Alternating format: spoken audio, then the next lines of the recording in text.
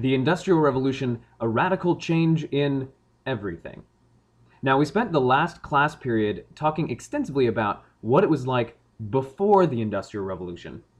Now, in this presentation, I'm going to show you what the Industrial Revolution was, or at least how it began. So, it started in England. Now, the question that historians have asked numerous times is, why did it start in Britain? And their answer generally is they had a lot of things that the Industrial Revolution needs, like you need a stable government with input from the wealthy classes, as in the wealthy classes kind of control it. Remember we mentioned in the Commercial Revolution that merchants rule thing? Well, money is definitely still power, and money finds its way during this time period into producing more and more complicated objects, that idea of industrializing. So in England, they also had a benefit of wars mostly taking place overseas, unless they were civil wars, which, I mean, happened a number of times. But mostly, the kinds of devastating continental wars that the rest of Europe saw were not taking place in England at the time of the beginning of the Industrial Revolution. So England also had a lot of natural resources like coal and iron, both of those coming out of the ground. Rivers, which at this time were incredibly important because before railroads, rivers were really the main avenues of transportation of the Industrial Revolution. You could use canals to connect major waterways. You could then have barges that were eventually powered by steam to carry really heavy stuff. Essentially, it was, in a lot of cases, a tenth or a hundredth of the price to transport something by water than it was to transport it by, honestly, mule or other human being. England also had a lot of colonies, and those colonies were full of timber and slaves and sugar and a lot of other goods that were perfect precursors to the finished goods that England would then ship back out and sell. Precursors meaning the things that make up a more complicated object or an object that comes later, a precursor. So England also had a relatively large labor force because they had had a really extensive revision of the way they did farming, and they had the steam engine as an early invention because they had a lot of coal, and because they needed to mine more coal, they needed to pump water out of the mines because if you dig far enough down, water starts to fill in the mine, so they needed to pump that out. They got the steam engine, and it was pretty sweet because it used coal from the mines to pump more water out of the mines, which meant you could get more coal, which meant you could then pump more water out. It was a virtuous, and by virtuous I mean damaging to the environment, but virtuous cycle. So how it spread. Basically, Britain started out in the Industrial Revolution, and then as they became more and more industrialized and gained a lot of power as a result, other European countries saw that model that England had and tried to replicate it. And that worked to more or less, better or worse in different countries, depending on what sorts of resources they had and their kinds of governments and whether they had access to the waterways like England had. The United States in particular was really lucky. We have waterways that work just like that, especially like around Pittsburgh, up through the Great Lakes, where we had this combination of iron ore in the ground, coal in the ground, and also waterways to transport all that heavy stuff. So, take a look at when this happened. This is specifically Europe, but the cradle of the Industrial Revolution, as in like where it started, was in the United Kingdom.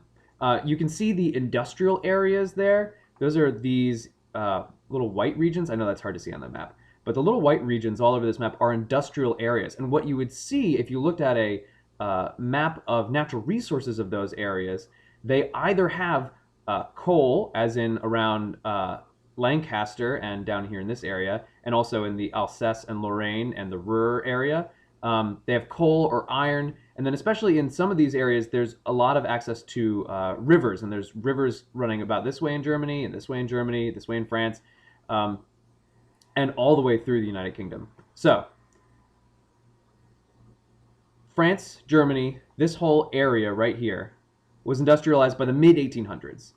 And then it continued to spread as other countries picked up on this idea and began to see the benefits of using machines and industry and this coal power and steam power to run their industry. It spread out this way. You can see it actually sort of spreading geographically like this.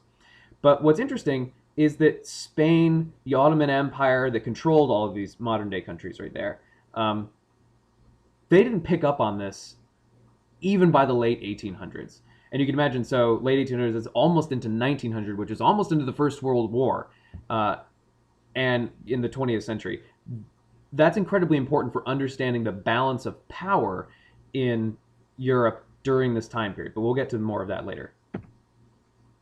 So it helped the European countries, but in a lot of ways, industrialization exploited a lot of other nations, like India, Australia, almost all of Africa, most of South America, parts of the Middle East, and numerous Pacific islands, as in they were made into colonies to obtain the raw materials that all the other industrializing nations needed to fuel their industry, to make into finished goods, to sell back to those people in order to make a profit, to keep good balance of trade, as in sending out more than they're taking in. In terms of value, they might have been taking in more raw materials than they're sending out finished goods, but the raw materials aren't worth as much as the finished goods that they're making.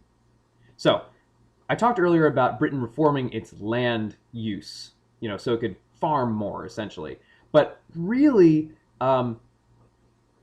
this was most important, though population increase was important, most important for the way that they managed livestock, which is weird to think that livestock helped lead to the Industrial Revolution, but seriously, that's what happened. So, wealthy landowners changed basic laws where they took all these common pastures where the livestock of peasants, people who just lived on the land, would graze, and they turned them into privately owned fields dedicated to large-scale agriculture, especially the production of wool, essentially grazing a whole lot of sheep. And Britain became incredibly well known for the amount of wool cloth that it was producing, the amount of not just sheep, but then also industries to turn that wool into cloth. From the peasant side of this, it ruined a lot of them, and it forced them off their land, which pushed them right into the cities. Now, it greatly increased food production and also wool production. Make sure you write that down. Also wool production. So here's a good map of where all this was happening. You can see it happening in the core of England, right here. And by between 1700 and 1850, over 50% of the whole land area of the red bits were enclosed, as in now privately owned, where previously there had been mostly, it's not exactly public land, but it was common land that people of a particular town would own together. And Parliament was really going over the heads of any sort of town government to give away private land to very wealthy people. So, what were the major early industries? Well, you had cotton textiles, which was also wool textiles. But cotton, the place that was coming from was British colonies. And however much wool was helpful in the beginning and sheep and all that, cotton became the sort of king of the textile industry. Iron was really important just because it helped get industry off the ground. Models of how to use factory systems in order to produce a finished good of iron was what led to the more complex system that is used to make steel. Also, iron is incredibly important for making all the machines that make everything else. So iron was an incredibly important early industry. Steel is surprisingly hard to make well in large amounts.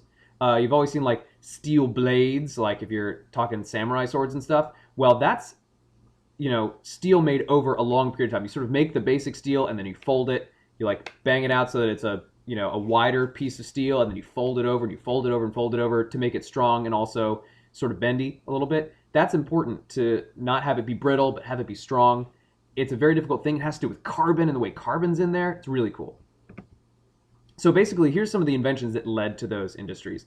The spinning jenny, which was invented by James Hargreaves, was a much faster way of spinning up thread that then could be made into cloth. And it's kind of as simple as that. A lot of these inventions just simplified or mechanized a process so that human beings didn't have to literally do it with their hands or with machines that they handled every little piece of. It could be done mostly on its own, especially when you sync it up so it all kind of happens at the same time. So there's no human error. It's just machines doing it, which is very cool. Like I mentioned earlier, the steam engine, invented by a man named James Watt. Really, he improved on earlier designs, but basically, James Watt made it useful for people mining coal, which allowed them to mine more coal, which made more work for steam engines, which then led to better and better steam engines. It was the beginning of like maybe a steam engine revolution. I don't know. The cotton gin was started by a man or created by a man named Eli Whitney, and that's the name that you have to know. We'll talk in class about the name that gets left out of that, I promise. The steel mass production is, like I said before, very complicated. It has to do with carbon. It's really cool. You should ask a chemistry teacher. I am not cool enough to know the answers to these questions.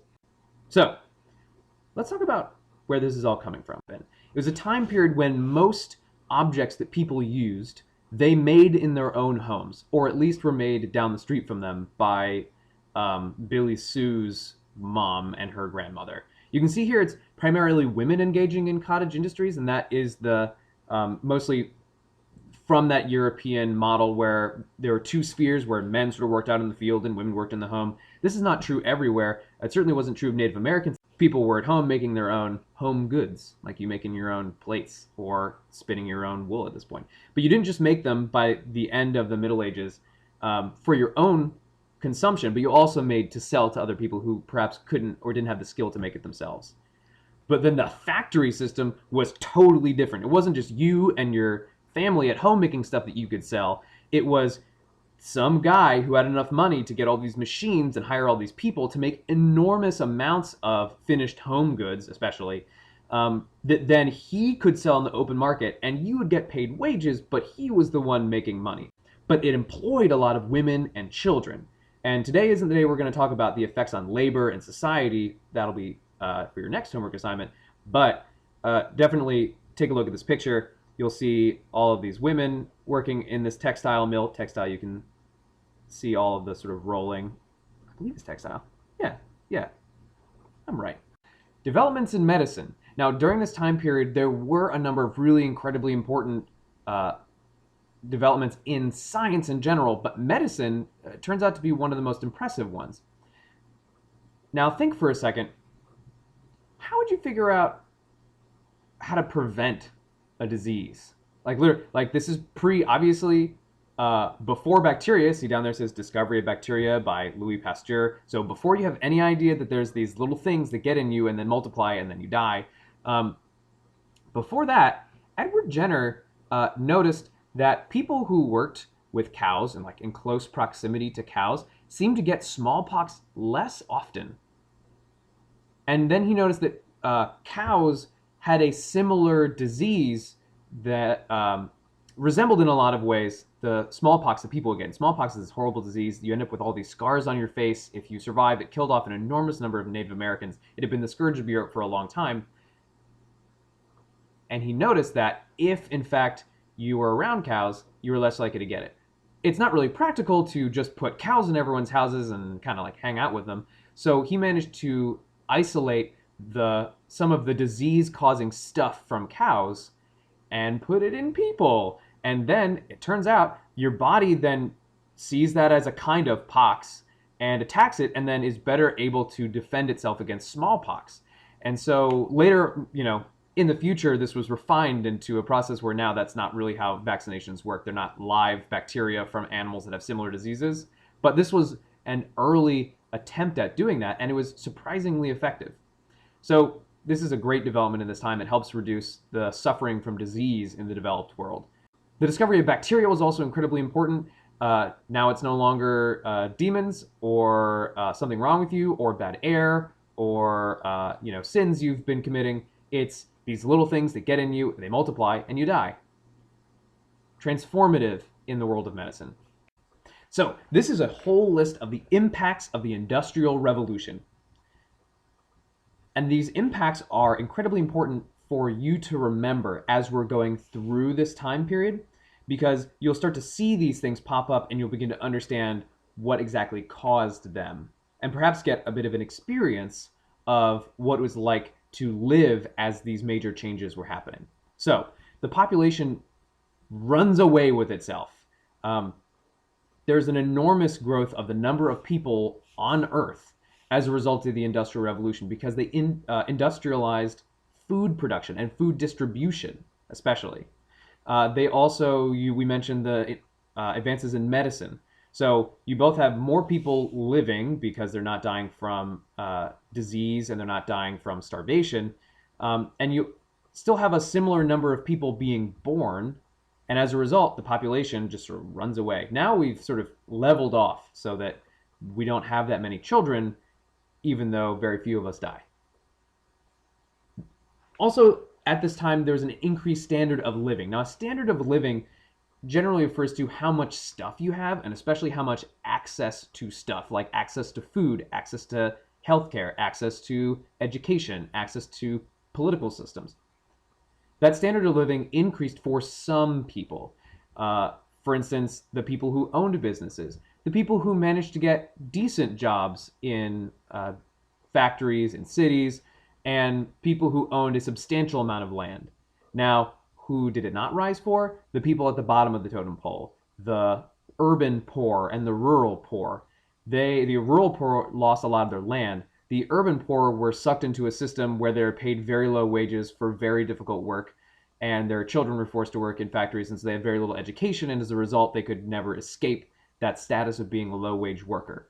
So, at the same time, you see some people doing really well, there are other people getting sucked into a system of poverty.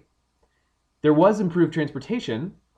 Instead of just having a horse and maybe a carriage on really terrible roads, you had the ability to produce really nice roads, but mostly you were able to travel by water, steamship, or on barges through the new canals, or you were able to travel later in the Industrial Revolution on trains, and near the end of the Industrial Revolution was the development of the car, which improved individual transportation. So I mentioned earlier all the peasants getting pushed off of their land, and at the same time, the development of industrial centers where there were a lot of jobs in a very small area. That led to urbanization, or the development of cities, and especially urbanization means an enormous number of people moving to those cities in order to find work. It also resulted in a lot of environmental pollution because you were burning a lot of coal, you're burning a lot of oil, you are using a lot of your waste products in really irresponsible ways, like dumping them into rivers, for instance. But there was a lot more increased education, in part because there was more education called for because everything was much more complex. Running an industrialized society requires an enormous amount more technical knowledge. And as a result, there are just a lot more jobs that need education, and the education system followed on that. Also because there was just a lot more money, a lot more people were moving into a middle class situation, like it says further down that list. You had more call for education in general. The decline of health and working conditions for the lower class, as I mentioned earlier, not only were they stuck in low-wage jobs that were terrible, they were dangerous. They often forced you to be in contact with a lot of carcinogens, as in stuff that gives you cancer, and also the health of the area in which they lived, as in the buildings where they lived, the streets where they lived, were very dangerous. Finally, there's this growing gap between the rich and poor. This is true in your industrializing countries, but it's also true when you compare the countries that were becoming industrialized and the countries that had remained unindustrialized. They were remaining mostly poor, and the people who picked up industry early on were becoming much richer, much faster. And so that is all for this week. I hope you have enjoyed this fine video presentation.